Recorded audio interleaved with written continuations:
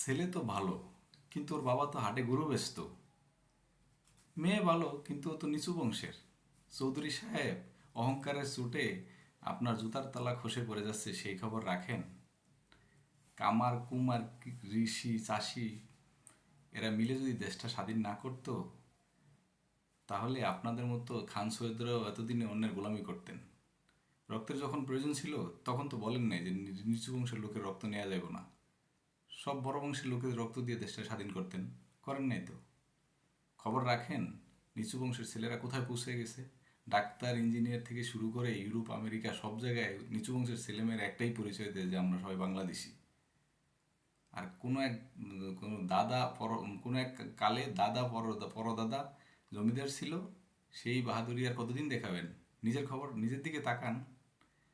গৌরব বংশে লেখা থাকে না, গৌরব লেখা থাকে কর্মে।